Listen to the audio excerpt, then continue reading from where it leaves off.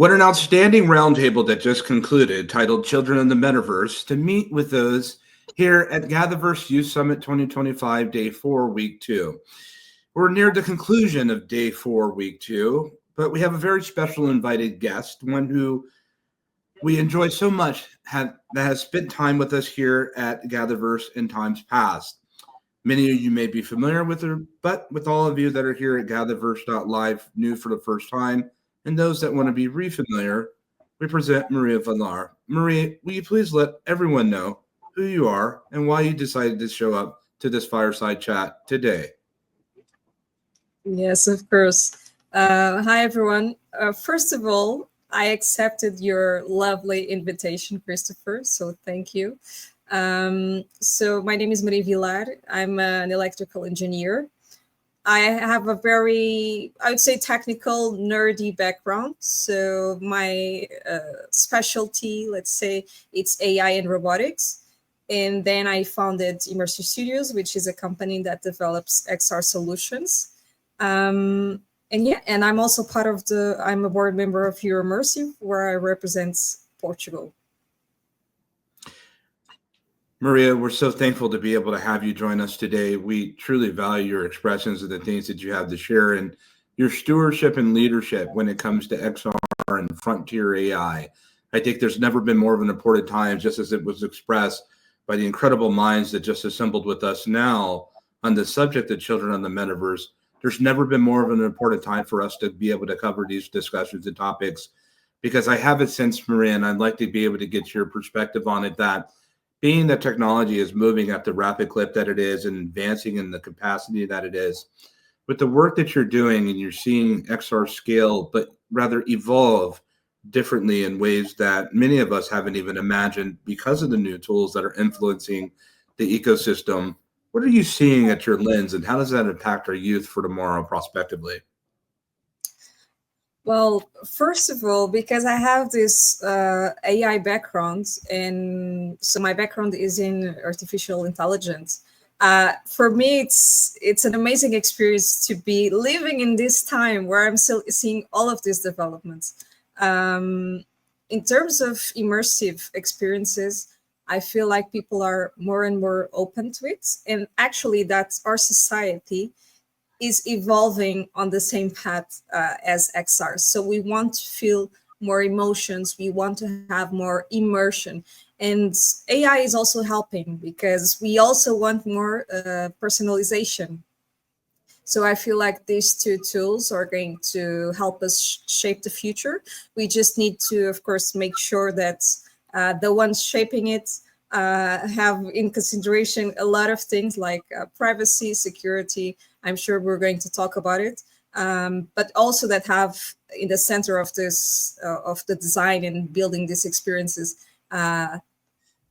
like humanity. So that's what we strive for in your immersive. But also, I know that's one of your values at GatherVerse. So we're human centric and we develop experiences for humans. So technology, it's a mean to an end, and we just want to make the best experience for all of us.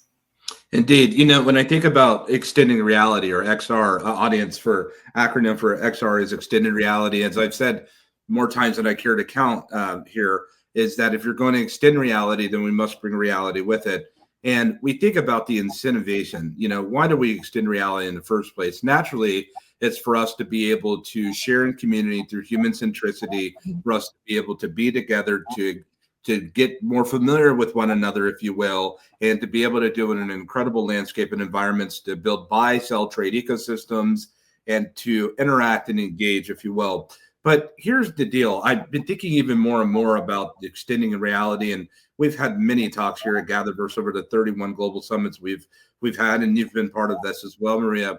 If we're extending reality and we're going to XR, and the idea, or part of the idea, is for us to be able to bond and to explore together, what happens when the human is replaced by machine? Mm. Well, that's a good question, and I would say that it depends. Like all the great questions, I feel that's the answer for it. So of course that AI is going to replace most of us on jobs that we don't want to have, on tasks that we don't want to do. But I feel it's a bit ludicrous thinking that AI is going to change everything and suddenly nobody's going to work or nobody's going to do anything. Of course, that's at the point that we're at with generative AI. AI is going to help, and it's helping all of us. But I feel that one of the really the advantage that this new technology brought is that as a society, we see that actually our human values like empathy are going to be more and more important in our day-to-day lives. Talking about ethics is going to be really important. So maybe it's good. So we can just give the tasks to AI that we don't really want to do, some of the tasks that are maybe a bit more robotic. And we're going to see that as a society, the capacities, the skills that are going to prevail, that are really going to be important, are the ones that make us human. So I feel like technology, and of course I'm optimistic. I have a very optimistic view of how tech will evolve, but technology is going to shape and is already shaping our society. But it's going to be a very good transformation for us because we're going to be forced to look into what is most important. What are some of the pain points in scaling this experience? I know that through any industry, there's transition of scale of opportunity, but there's also certainly has its challenges with scaling. To lift a rocket from the earth, from the ground, takes tremendous power and tremendous resources to be able to do it. What are some of the pain points that you're experiencing as a leader in the Euro ecosystem and globally? Well, I can give my European perspective, of course, but also a worldwide perspective. First, I feel like it's not just being innovative. You want to, or at least we want to be ethical innovative. So we want to have ethical innovation. So we want to make sure that everything that we develop is for the good of humanity. Of course, it can be a bit dreamy or it can sound a bit crazy, but when we Just a develop little, this, right? just a bit. When we develop these XR solutions, in our case that we're talking about immersive technologies, this is going to affect directly our children, our friends, our colleagues, our families. So if we really want to make sure that we're innovative and that we're scaling our products and solutions, we need to think at the first. So we need to think on the step zero. How is this going to impact my family, my friends, the really the people that are going to experience and they are going to be part of it. So I feel being ethic and at the same time being fast, because innovation requires velocity. I feel that's it's a challenge.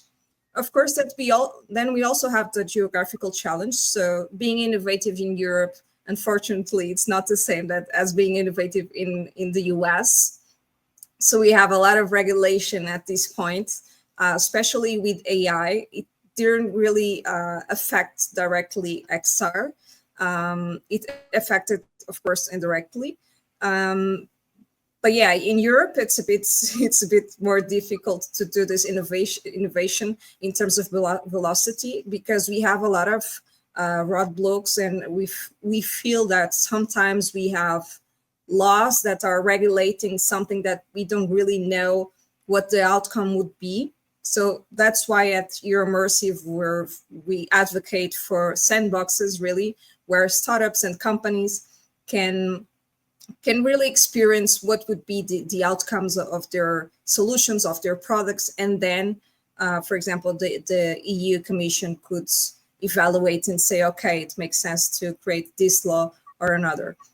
So yeah, I feel we have this two big challenge. And of course, that I would say that the third one is that XR is evolving, and it's not like other areas. So we're still very in the beginning.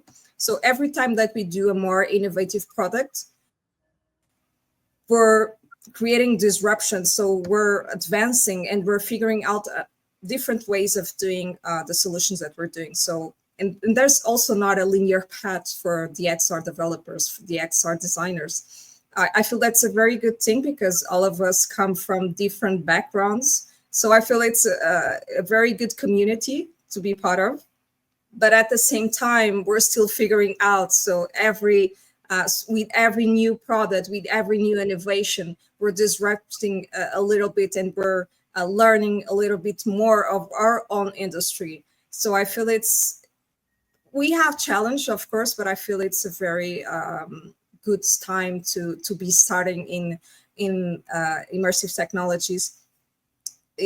It doesn't really matter the role that you're going to be in, because we're going to need, of course, all of these different roles, from designers to project managers to developers. So yeah. I find it fascinating, even in we're here in some thin layer of XR as we sit here today, in communicating that our predecessors, our elders, are never had the opportunity at our age to be able to convey and to be able to express and communicate. You and EU and Portugal, and me here in Mountain View in Silicon Valley, California. Maria, let's kind of look at this even closer together, can we, for a second, and lean in that I think about our youth. I think about all of us that build an industry. Partly why we do this is because we really like the technology as technologists, right? But the other part of it is I know, like you and all the work that you're doing, that you believe in social responsibility and innovative responsibility. Well, and all the obstacles that you just presented, that and the ones that they're seen and unseen when it comes to building, let's say in particular in Europe. What are we handing over to our generations? But more too closely to the point is, with the work you're doing, with all that you see in Europe, at the end of the day, what is it that you want to hand over to the generations to come? Because we're in the frontier right now, and there are things that are going to be innovated that none of us have thought of. And there's platforms and protocols and all that kind of good stuff, and designs that are just going to be like incredible, intense, and robots that we're going to be working and assisting with us. What do you want? What does Maria want? What does she want to say? Here you go. This is what we're handing off to you in the most awesome and cool way. If you can kind of touch on that.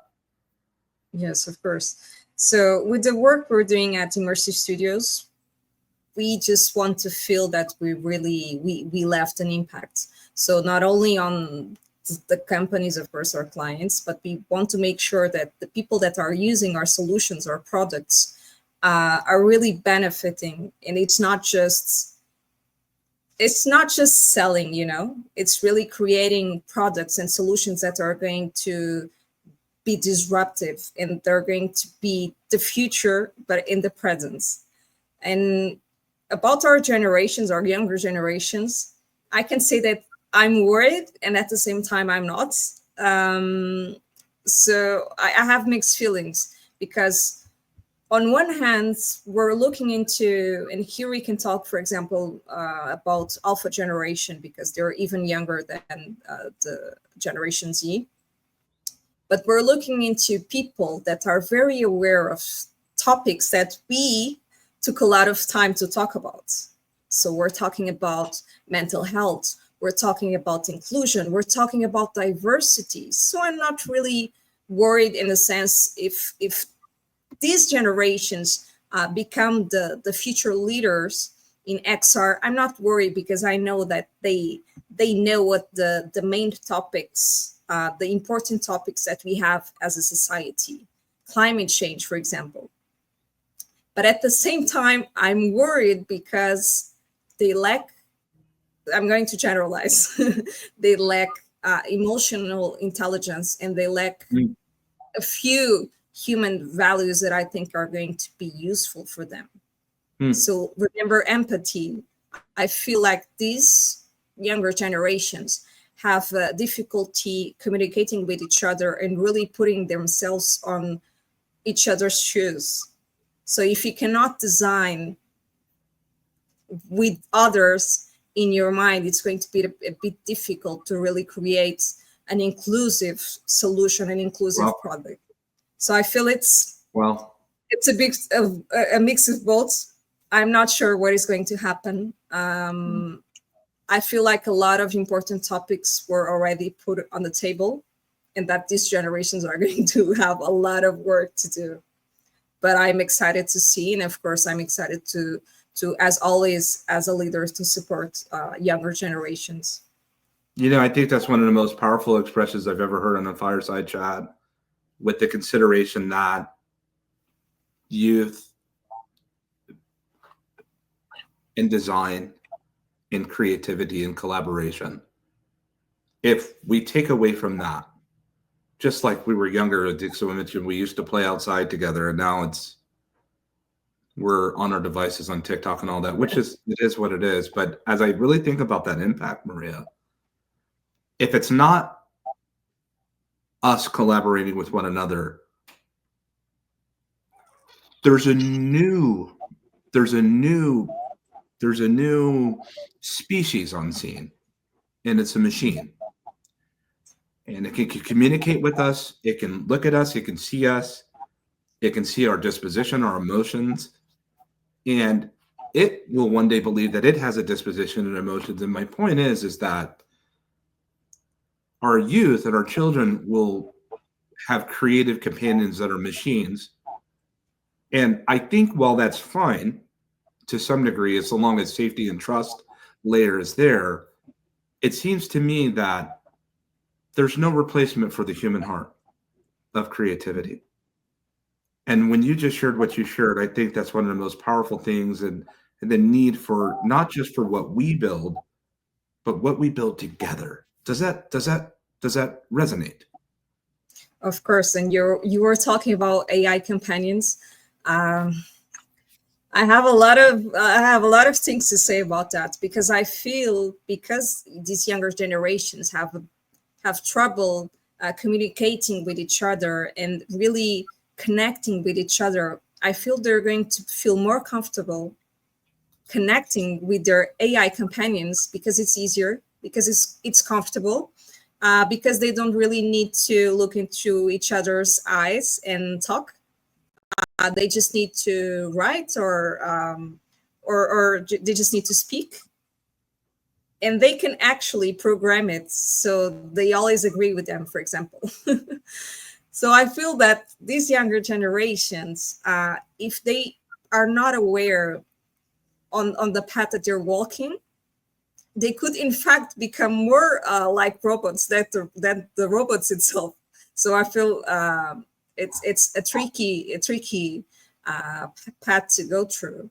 And we need to make sure somehow, because of course we don't have all the answers, but somehow to make sure that this connection between humans, younger ones, older ones, it's still happening. So we cannot replace the human connection with AIs or with robots, or it's not replaceable. Humanity needs to prevail.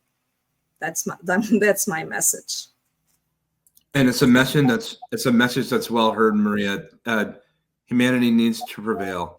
And with that, audience, do take time to follow this extraordinary human, someone that I have a great regard for, and truly is one of the most brilliant and forward-thinking minds in XR in Europe, and someone that operates in AI and robotics as well, and that has a real concern with implementation when it comes to social and human impact and betterment for good. And Maria, we're so thankful to be able to have you join us once again. Truly a heartfelt fireside. Thank you so much. We hope the very best for you. Thank you. Up next, we have Russell Bundy and Wishborn, who are coming to join us on stage to be able to share a little bit of time with us towards the near closing of GatherVerse Youth Summit 2025, Day 4, Week 2. Our Gather was well, and may our Gather be well.